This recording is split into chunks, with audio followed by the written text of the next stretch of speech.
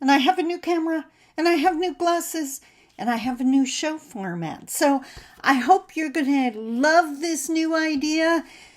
What I've decided to do, instead of the shorter clips every single day how busy are you? Do you have time to watch it? I super appreciate the people that get caught up on my videos on the weekend, but the reality is that's asking a lot of you. And my mission, my goal, my dream is to get the information to you to help you understand and get a little more comfy working with Indigenous people so we can make this whole reconciliation thing a reality.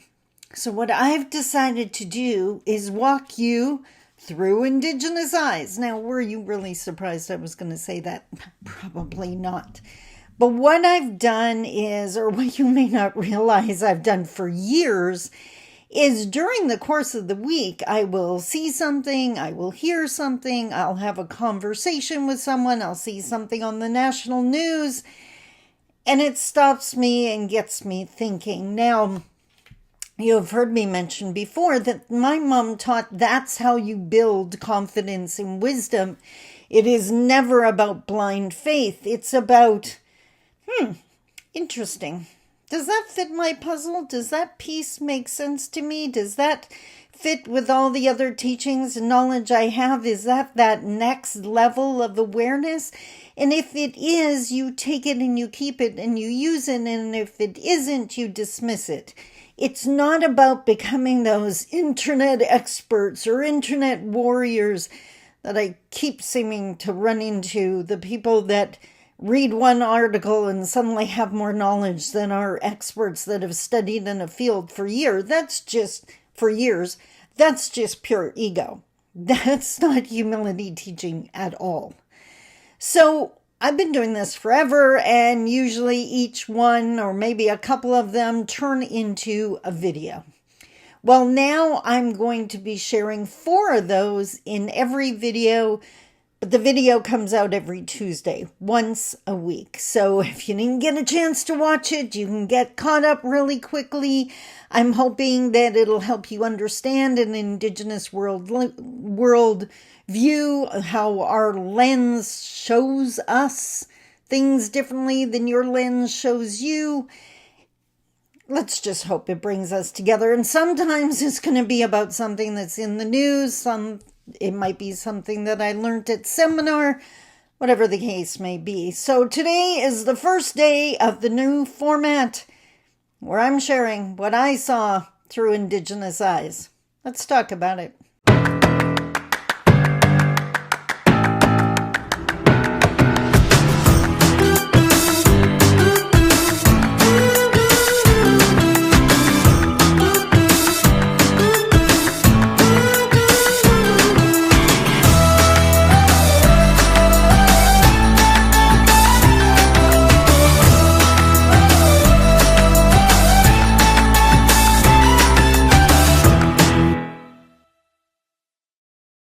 Bonjour, Mishko Paganon, Quain Edition Class Mungdo Dem. Hi everybody, my name is Sandy Boucher. I'm Red Thunderbolt Woman of the Loon Clan, a proud member of Seine River First Nation in Treaty 3 territory in Northern Ontario. I am 60 years old. I've been doing this work my entire freaking adult life. I'm considered a traditional knowledge keeper. I am not an elder. Not taking on that responsibility yet. So there's me. And what I wanted to share with you today. I have several handy dandy index cards. The first one, what's my eyebrow doing? I don't know. Yes, a little bit of vanity there. I'll own that. Every now and then, now, you may or may not know this, but in my career, I balance my feather, which means I'm working just as often with non-Indigenous entities as I am in First Nation communities. I am done with the colonized attitude that for us to be successful, the onus is on us, that the only people that need training are Indigenous people. That's that judgment. That's that mindset. That's that help save the poor little Indian BS. Training is needed on both sides. If you're working with a specific group, you should have training on how to support them so that they're successful.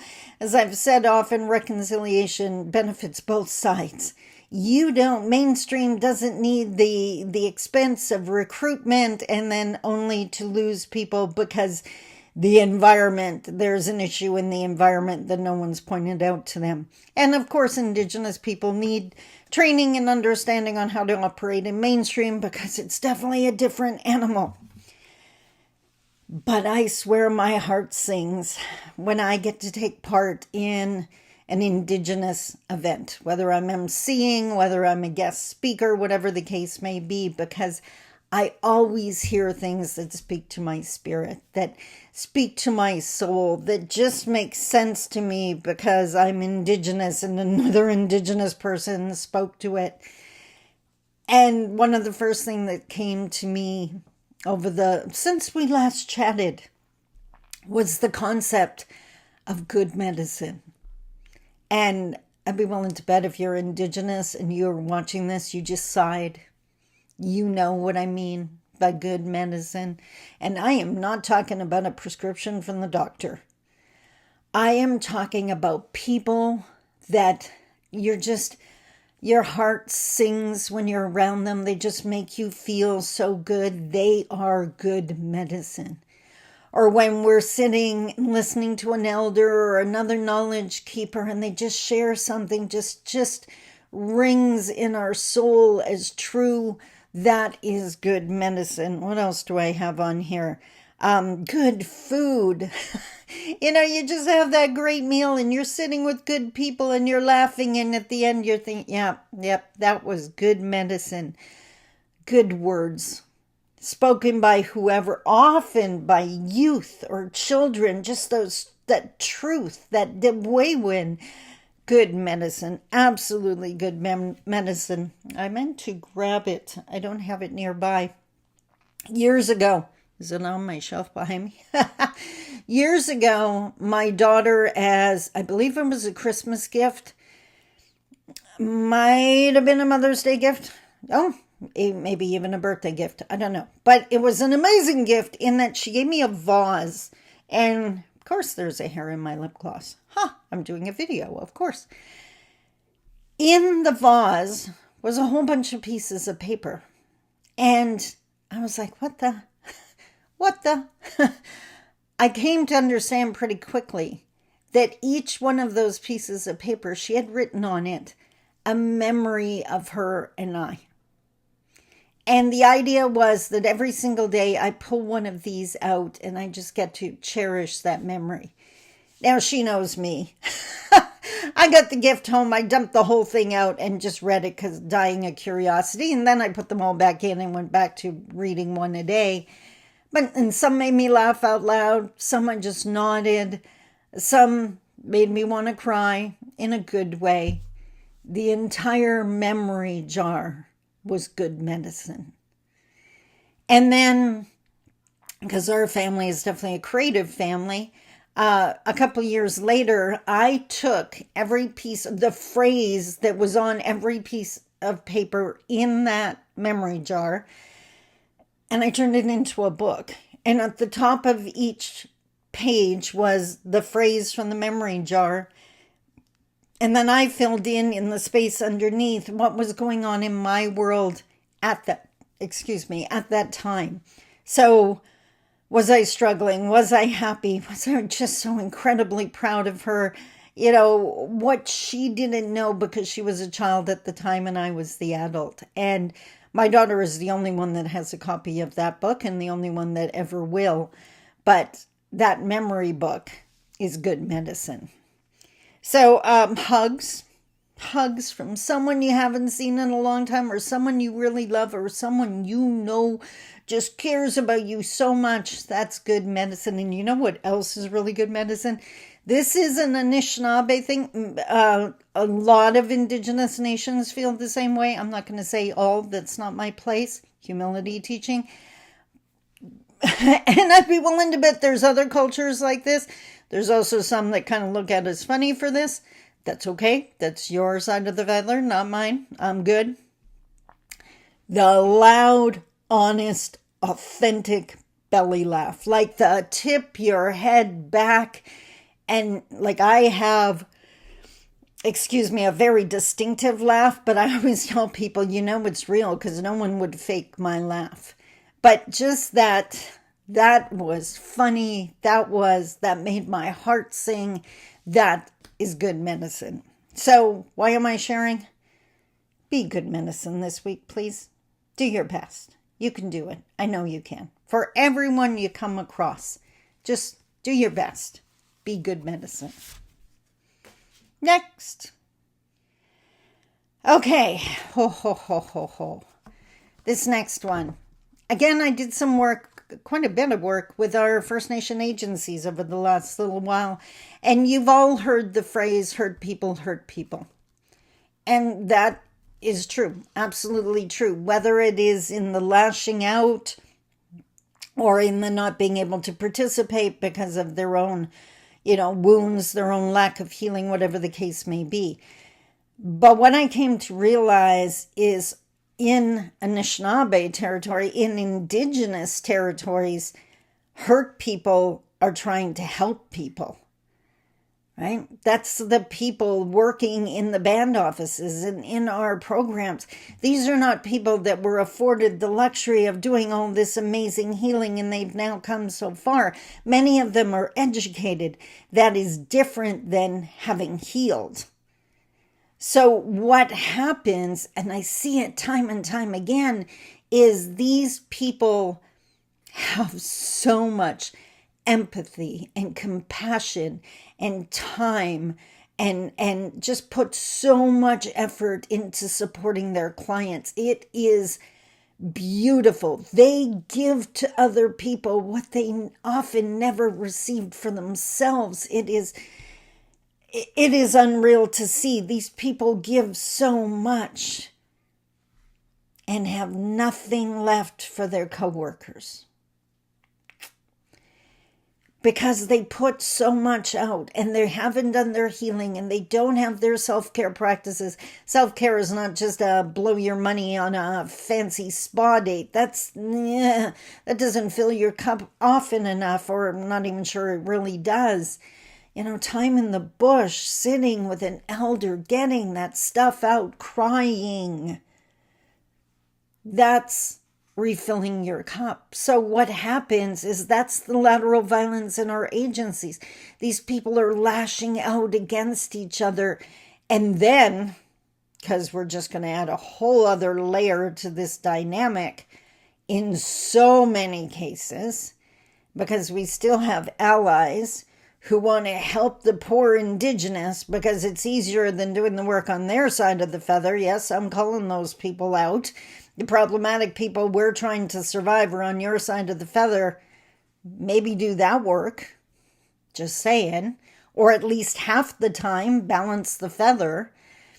But anyways, they come into our communities, they come into our agencies, and they start working. Now, these are non-Indigenous people that have not endured. I'm not saying they haven't endured trauma. They haven't endured generational trauma. They haven't endured trauma inflicted on entire communities and nations. So they come in and often, very quickly, they fall into judgment. Well, why are they behaving that way? Why the gossiping? Why the bullying? This is an unhealthy environment. Duh. So I always use Thanksgiving, just passed, so we can use this analogy. You need the good ingredients to make the great dish that becomes the great feast. Ingredients, dish, feast. We're demanding healthy work environments, but we don't have healthy teams because we don't have healthy people yet. It starts with each and every one of us. It starts with getting our staff support so they can do the healing they've never been allowed the time and space to do. And that does not mean a scheduled appointment with a counselor. That might mean a weekly visit with an elder or a priest, their choice, to just sit and have tea, and the healing will come eventually as they feel comfortable. This is not mandated, you have 6 months to do this. This is building self-care and healing into the job description. Because we need the healthy ingredients to make the healthy teams, to make our healthy communities and agencies. Okay? Does that make sense? You remember way back when Josephine Mondamin, who was one of my elders and a dear, dear friend, she used to say that what happens to Mother Earth happens to Kwe, to Indigenous women. That this raping and pillaging of the resources and the taking and not caring about the damage to Mother Earth is exactly what's happening to our Indigenous women. And we're seeing that's happening to all Indigenous. We're all feeling that. And our healing cannot be dependent on the actions of the abuser. Our healing cannot be dependent on Canada getting it together and giving us enough supports to do this. It has to become our priority. It has to be something that we do. I'm a 10-year domestic abuse survivor. There was a time I couldn't have attended a conference, let alone been the keynote speaker. I couldn't have sat at a table at lunchtime and had a conversation because I was convinced I was too stupid to do that. And look at what I do for a living now. Not because I'm all that in a bag of chips, not because I don't make mistakes. Of course I do. I'm human. I make mistakes every day. You know what I learned? Grace. Forgiveness. I am not stupid. That does not mean I don't make mistakes. And guess what? When I make a mistake, I own it. I apologize for it. Without excuse. Intent is not needed to harm people. It doesn't matter if I didn't mean to hurt someone. If I did, an apology is needed. And then a conversation. So we can talk about how to work together. Does that make sense? So hurt people are trying to help people in our communities. Let's get them the help they need so they can continue helping to a better degree, to a longer degree. These people are amazing. They need our love and support.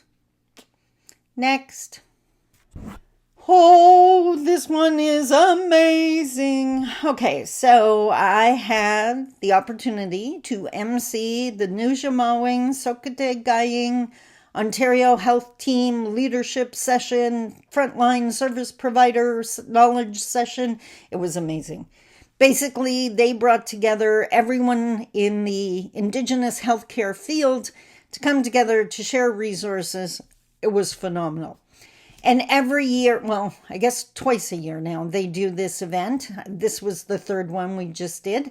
I've had the opportunity to MC them all. I love it. And the keynote this year was Dr. Lana Potts. So she is CCFP. She's a medical doctor, a family physician. She has over 20 years experience in Indigenous healthcare provision. She's phenomenal. Just did such an amazing presentation. And she was talking, now I can't remember what kind of surgery she had to have, but she realized that, I know what it was. I think she donated a kidney. That's what it was. She donated a kidney. Maybe. That might be Michelle I'm talking about. But anyways, she was talking, and she was talking about the land on the inside, is the phrase she used. And I stopped dead in my tracks, and I just realized Michelle was talking about the exact same thing. Michelle DeRoche, another beautiful, she did donate a kidney, and she was talking about the land on the inside too. Interesting how that came together. That was obviously a message I needed to hear. But what they both pointed out is we are a lot better at defending Mother Earth and taking care of the waters and the lands and the trees. But we're still falling short on taking care of the land on the inside. You know, how's your liver doing?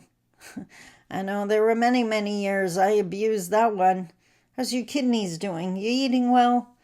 Your brain, your heart, right? Like how your tummy, how's the land on the inside doing? Self-care is self-respect. And I believe we have been taught not to respect ourselves, that we weren't worthy of respect. And now many Indigenous get really irate if someone else disrespects them. Yet Mom would be the first to say we teach other people how to treat us. If we don't respect ourselves, how can we expect anyone else to? If we're not kind to ourselves, why are we expecting them to be? If we don't respect our own boundaries, why should anyone else? Again, I guess the message of this, the overarching message of this video is it starts with you. So, I don't know, how good are you at taking care of the land on the inside? One more. Next. Okay, so this one is just one of those, I love to let my mind wander. I believe, like in your dreams, if I just let my mind wander, Creator will show me what I need to see or what I need to consider, contrary to mainstream who thinks you must control your mind and stay focused. Decolonized on that one. So the question, there's that hair again. The question would be, where would you be? So to give you a little backstory here, this is years ago. Our kids were just babies, and my kids are in their middle to late 30s now. Give you an idea. And there, finally got it. Yay! Here in the city of Thunder Bay, where I live, there is the Fort William Historical Park, or to us who have lived here forever, the old fort. It's Fort William. So Fur Trade Days, Fort William. And on this day, me and my girlfriend Amy had gone out to the fort. We wanted to go see it. And it's impressive. If you're ever in the area, I highly suggest you check it out. So outside the fort is the Indigenous encampment. And then you walk through the gates of the fort, and then there's the whole community built within the fort. So we had checked out the Indigenous encampment and the things outside, and we were just about to walk into the fort, and she looked at me and said, you know what, it's so cool. Just imagine, where would we be? Like if we lived in this time, where in the fort would we be? And of course, me being me and total smart, I kind of laughed and was like, girlfriend, out by the teepees. We're not going to be in the fort. We're out there. And she just laughed like reality set in. So that led me to believe, where would you be? Or led me to ask, where would you be? Solely based on your spirit. Where would you be if you could wave that magic wand? And I'm not talking about in a 5-star resort on a beach. That like man-made much. I'm talking about, what is your spirit need? Now, for example, some people like small spaces. They want cozy, they want comfy, they want under a blanket, in their bed, they want, in a small little cabin in the middle of the bush. They like that small and cozy, and there's nothing wrong with that. The only challenge I would say to that is make sure that's really what your spirit wants and not a reaction to what's happened to your body and being on your journey. Is it an escape, is it based in fear or based in spirit? Is, I guess, the best way to put it. Now, for me, I don't think any of you are going to be surprised by this answer. For me, I was like, give me space. Give me space. I am like so big and so okay with that. Finally, after a life of trying to fit into someone else's little box and definition of who I am, I finally found a career that was big enough. I need a whole flippin' stage to handle my personality. I need a YouTube channel to handle my personality. So for me, my spirit, I would be sleeping under the stars in the middle, preferably on the shore of a lake with the trees, and just staring at the stars with all the room in the world to dream. And I have to admit that when I thought that, there was a tiny little piece of me that went, that's kind of scary, because there's no protection. And I realized that tiny little voice is still the reaction to what has happened to my being and body, and it's not my spirit. Now, I'm not condemning it. I'm holding that. I'm comforting that. I'm telling that piece of me, you're okay now. You don't need to be scared. But my spirit needs big spaces. My last home was 2,500 square feet, and it's me and 2 cats.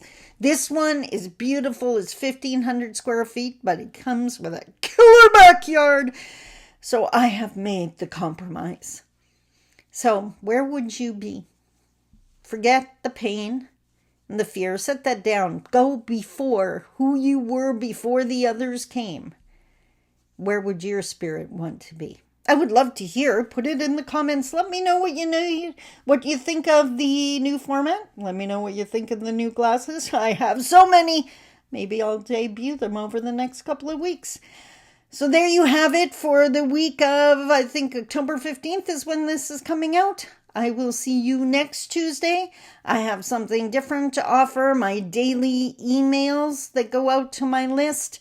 Some practical advice going out to them each day. I'm looking forward to it. I'd love to hear what you think. Talk to you soon. Take care of you. By the way, I don't mind you sharing what you see through your eyes over the upcoming week. Don't make it a negative. I don't want to see the comments that are attacking someone. I'm going to delete those. It's not about what the world is doing to you. It's about what you're learning from the world, and that is never a negative. Don't react. Learn.